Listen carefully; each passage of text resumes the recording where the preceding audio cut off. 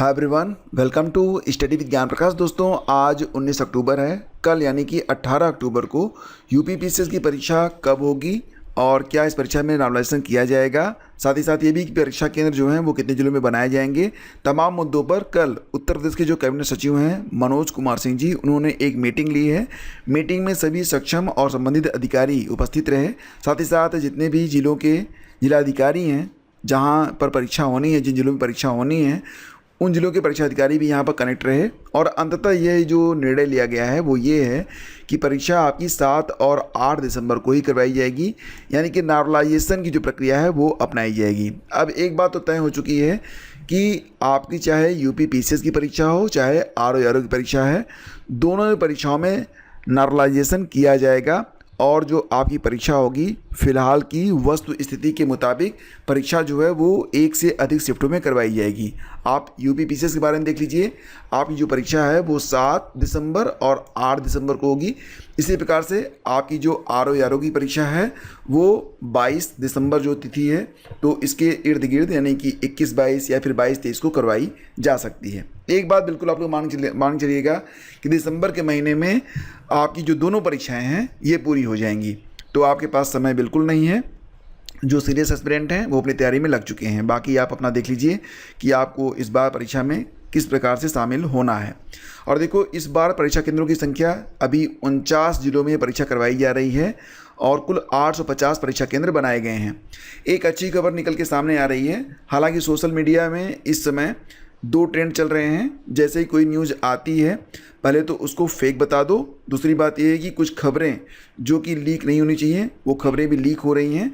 तो ये 2 ट्रेंड तो चल रहे हैं, लेकिन क्योंकि ये खबर जो है मुझसे पहले ये वायरल न्यूज़ है, तो मैं यहाँ पर आपको बता रहा हूँ कि पदों की संख्या यूपी पीसीएस में 915 है। अभी ये अनंतिम है, यानी कि पदों की संख्या जो है वो बढ़ सकती है।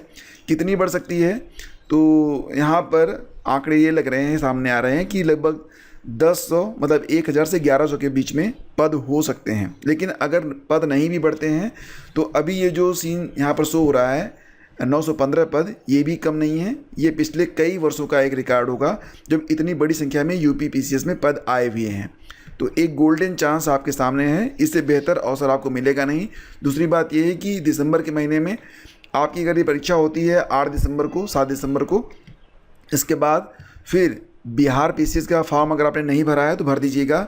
डेट जो है वो अभी नवंबर तक है, तो आप भर सकते हैं। बिहार में भी लगभग 2000 पद हैं, यानी कि इससे बेहतर अवसर और इससे बेहतर साल तो यूपी पीसीएस के लिए या फिर बिहार पीसीएस के लिए आया ही नहीं था विगत कई वर्षों में। तो बहुत ही सुहावना मौसम है फिलहाल पदों की संख्या के लिहाज से। अब कुछ लोग कह रहे हैं कि ये जो पद हैं, ये जो वायरल हो रहा है, ये खबर जो वायरल हो रही है ये फेक है। तो देखो, यहाँ पर मैं गारंटी तो किसी बात की नहीं ले सकता हूँ, लेकिन न्यूज़ ये मिल रही है कि कल जब मीटिंग चल रही थी तो उसमें जो स्लाइड शो हो रहा था पीपीटी का, तो ये पीपीटी का ही स्क्रीनशॉट है। अगर ये पीपीटी का स्क्रीनशॉट है तो आप मान चलो कि ये जो पद हैं ये वास्तविक हैं और आगे पदों की संख्या बढ़ भी सकती है अकॉर्डिंग टू नोटिफिकेशन। तो जो कुछ भी है ये सब कुछ आपके हाथ में है, आप जो कुछ भी मानना चाहो मान सकते हो।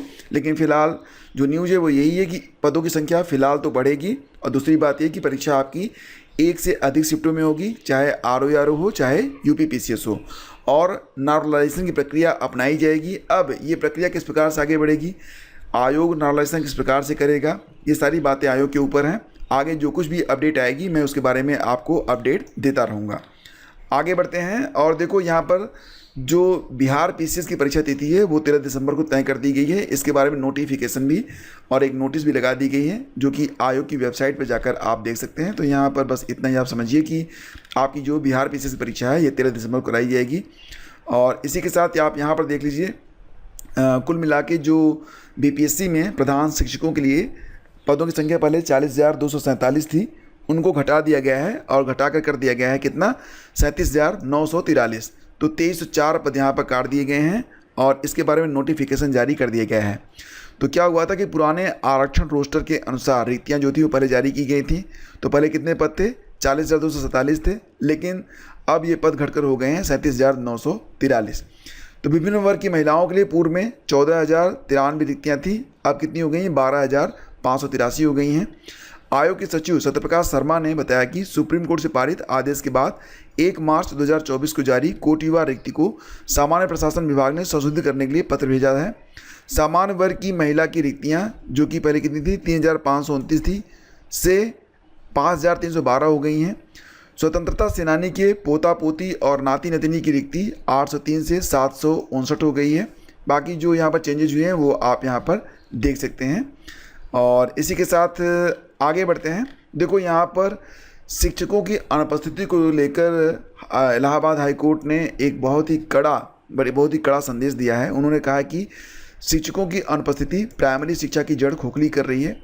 तो यहाँ पर देखो स्थानांतरण के खिलाफ याचिका खारिज, कहा कि पसंद की जगह तैनाती अधिकार नहीं है, ये सेवा का केवल एक भाग होता है। और अध्यापक के खिलाफ समय से पहले स्कूल छोड़ने की विभागीय जांच का निर्देश भी जारी किया गया है।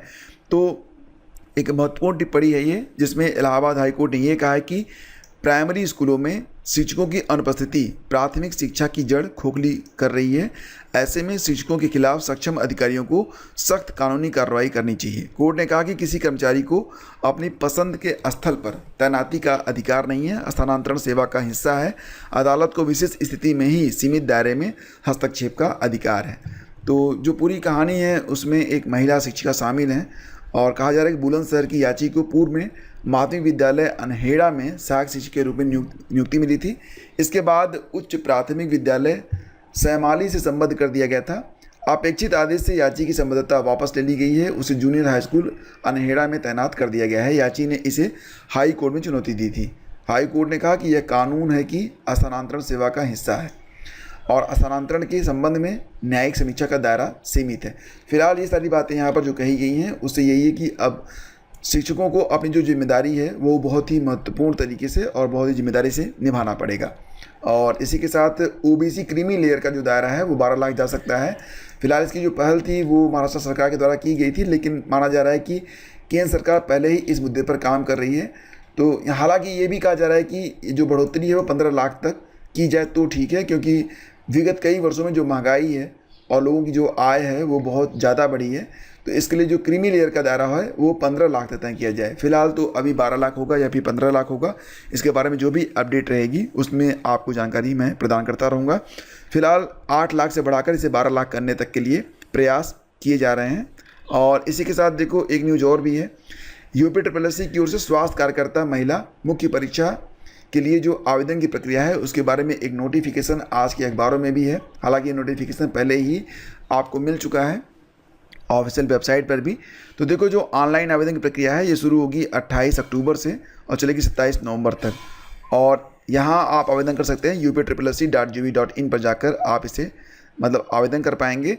और कहा जा रहा है कि कुल जो पद हैं, पदों की संख्या एग्जैक्टली जो है 4892 ये सामान्य चयन के लिए होगा और 380 पद जो हैं वो सामान्य विशेष चयन के लिए होगा। तो कुल रिक्त पद कितने हो रहे हैं? 5272 पद हैं।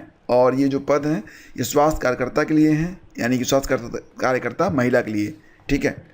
इसके बाद देखो यहाँ पर एक खबर और भी है कि जैसा कि आपको पता ही है कि 20 अक्टूबर को प्रस्तावित प्रवक्ता भर्ती परीक्षा में धांधली की आशंका में भदोही कोतवाली में सुल्तानपुर के एक युवक के खिलाफ मुकदमा दर्ज किया गया है। और भारतीय कालीन प्रौद्योगिकी संस्थान यानी कि IICT के निदेशक राजू वासड़े ने आयोग से इसकी शिकायत की थी। पुलिस अब मामले की जांच कर रही है। तो पूरा मामला जो है वो उसमें एक क्लिप जो है मिली है और इसमें 20 अक्टूबर को जो परीक्षा होने वाली थी उसको प्रभावित करने वाली एक वॉइस क्लिप मिली थी, जिसको अब यहाँ पर एक अच्छी बात है कि जो यहाँ पर निदेशक थे राजू वासड़े, उन्होंने मामला जो है वो आयोग के संज्ञान में लाया। अब इस पर जो है जांच चल रही है। वॉइस क्लिप को जब सुना गया तो राजेश वर्मा नाम का व्यक्ति किसी अन्य अज्ञात व्यक्ति के साथ बातचीत कर रहा है। राजेश वर्मा सुल्तानपुर का रहने वाला है और इस क्लिप में यूपीपीएससी की परीक्षा को प्रभावित करने की बात की जा रही है। फिलहाल अब इनके खिलाफ तो जांच भी होगी और अब बहुत ही कड़े कानून भी हैं, तो निश्चित रूप से ज़िंदगी इनकी बर्बाद होगी। अब आगे बढ़ते हैं और आपको पुनः बता दें कि करंट अफेयर के लिए आप लोग बिल्कुल तैयारी में लग जाइए और आपकी परीक्षाएं अब बिल्कुल सर पर हैं। देखो मार्केट से जो मैगज़ीन मिलती है आप चाहें तो उससे भी पढ़ सकते हैं, आपका अपना नोट्स है उससे भी पढ़ सकते हैं, और अगर नहीं है तो आप एक बार मंथली नोट्स हमारा ज़रूर परचेज करिए। यहाँ पर आपको पता चल जाएगा कि जो मार्केट में किताबें उपलब्ध हैं उससे कितना अलग है हमारा नोट्स और यहाँ पर आपको करंट के साथ साथ स्टैटिक जीके की भी पूरी जानकारी मिल जाती है। आप चाहें तो पूरी वार्षिकी भी ले सकते हैं, दोनों के लिंक वीडियो के डिस्क्रिप्शन में दिए गए हैं। और देखो दोस्तों, खुद पर निवेश करना सीखो, क्योंकि अगर आप खुद पर निवेश नहीं कर रहे हैं तो फिर समझ लीजिए कि आगे चलकर इसका जो रिटर्न आपको मिलेगा कई लाख गुना मिल सकता है, उसके हकदार भी तो आप नहीं हो पाएंगे ना। तो फिलहाल शिक्षा के लिए कंप्रोमाइज़ नहीं। मिलते हैं आपसे अगले वीडियो में। Thank you so much for watching the video. Please do like and share.